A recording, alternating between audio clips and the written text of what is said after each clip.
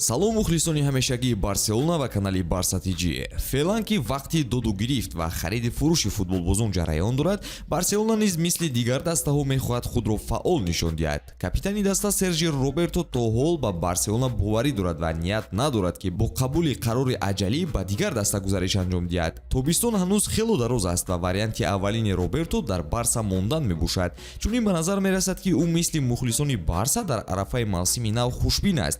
ҳимоятгари бо таҷрибаи барса ду даст дар бинӣ нанишастааст ва мустақилона омодагӣ ба мавсими нав мегирад ва бо мураббии шахсӣ тамринҳояшро мегузаронад. Сержи ба тамринҳо чунон шавқ дошт ки омода буд ҳатто бешартнома таҳти рӯбарии Ханси Флик ҳамчун мухлиси ҳақиқии футбол машқ кунад, аммо мутаассифона расмиятҳои бюрократӣ ва ин ҳама коғазу коғазбозиҳо ба ҳавасмандии ӯ халал расониданд. эҳтимол баъзан ҳаёти воқеӣ аз интиқоли виртуалӣ мураккабтар аст. дар ҳамин ҳол якчанд клубҳои испанӣ ва аврупоӣ дари Роберторо барои ҷалб карданаш мекӯбанд. махсусан дастаҳои АПЛ диққати махсус доранд ки Сержиро дар сафашон бубинанд. тасаввур кунед, акнун Сержи Роберто мисли пирашкии гарм дар бозори футбол аст ва дастаҳо ӯро мисли мухлисони гурусна дар варзишгоҳ дар вақти танаффус талаб мекунанд.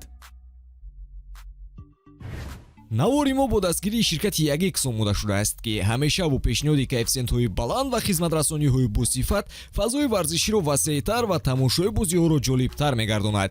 дар Ягекс регистратсия осон ва пардохт аз тамоми гӯшаву канори дунё, вале аз ин ба баъд муҳимтар аз ҳама барои шаҳрвандони Тоҷикистон бонус то 8000 сомони дар аввалин ҳисобпуркунӣ бо промокоди TJBARCA пешниҳод мекунад. барои соҳиб шудани бонус шумо метавонед ба ссилкаи дар комментария буда дароед. ба ҳама муваффақият.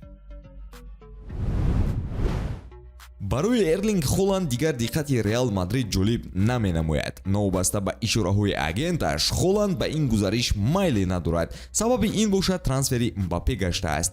агар ба расонаҳои варзишӣ такя кунем, ба ҳамлагари норвегӣ варианти Барселона ҷаззобтар менамояд. ба назар рафтани Холанд аз Манчестер Сити ба ҳақиқат наздиктар мешавад. бояд ишора кунем ки тӯли ин муддат гузариши Холандро ба дигар дастаҳо зиёд ишора мекарданд, бахусус одамони наздик ба футболбоз. масалан падараш рӯйрост иқрор шуда буд ки Сити дастаи оғози шӯҳрати Холанд мешаваду бас. акнун ки дигар ишораҳои агенти футболбоз ҳам кор намедиҳанд, трансфери Эрлинг ба Реал дигар фаъол нест. Барселона бошад дар ҳақиқат талабгори мувофиқ менамояд. якумин ки трансфер метавонад рақобат байни Холанд ва Мбапперо монанди Месси бо Роналду дар гузашта шурӯъ кунонад. дуюмин ки конкуренсия дар Барса барои Холанд камтар аз дигар дастаҳо аст ва ӯ метавонад лидериро дар ҳайат новобаста ба будани Ямалу дигарон ба даст орад. шумо оиди ин хабар чӣ назар доред? омадани Холанд барои Барса беҳбудӣ меорад?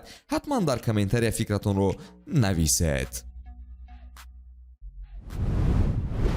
дар Барса хушбинии комил дар бораи ба итмом расонидани гузариши Нико Уильямс вуҷуд дорад ва ба назар тамоми дастаи каталонӣ ба ҷашни муҳими футболии сол омодагӣ мебинанд. ба навиштаи расонаҳо, даста Аллакай ҳама шароитро дорад ки барои ҷалби Нико чеки 58 миллион евроро имзо кунонад. Лапорта ва ёваронаш барои ба даста овардани Нико ба дилхокор розианд, ҳатто тӯпи тиллоии Мессиро ки дар осорхона мондаанд ҳадия кунонанд. албатта инаш шӯхӣ буд. Нико Уильямс талаб дорад ки ба ӯ кафолат диҳанд ки дар Барса ӯро ба қайд гирифта метавонанд. нилнориҳо бошанд бо дилпурӣ ин кафолатро дода истодаанд. ҳоло Барселона интизори розигии пурраи Нико ва атрофиёни ӯ ҳастанд ки бояд ҳафтаи оянда биёяд. ана то омадани посух аз бозингар, ҳама роҳбарият рӯзе 4 маротиба валидол нӯшида мунтазир мемонанд. феълан каталониҳо бо худи футболбоз гуфтушунӣ доранд ва бо Атлетик музокироте дар нақша гирифта нашудааст. дар клуб боварӣ доранд ки шартнома бо Нико ҳадди аққал 10 рӯз пас ба имзо мерасад. бинобар ин Нико метавонад ба зудӣ бозингари Барса шавад ва ҳатто дар моҳи июл мо ӯро дар майдон бо пироҳанҳои нилнорӣ мебинем. дар ҳафтаҳои оянда даста интизор аст ки ба формати 1-1 мисли сеҳркорон дар вақти амалии дӯст доштаашон бармегардад.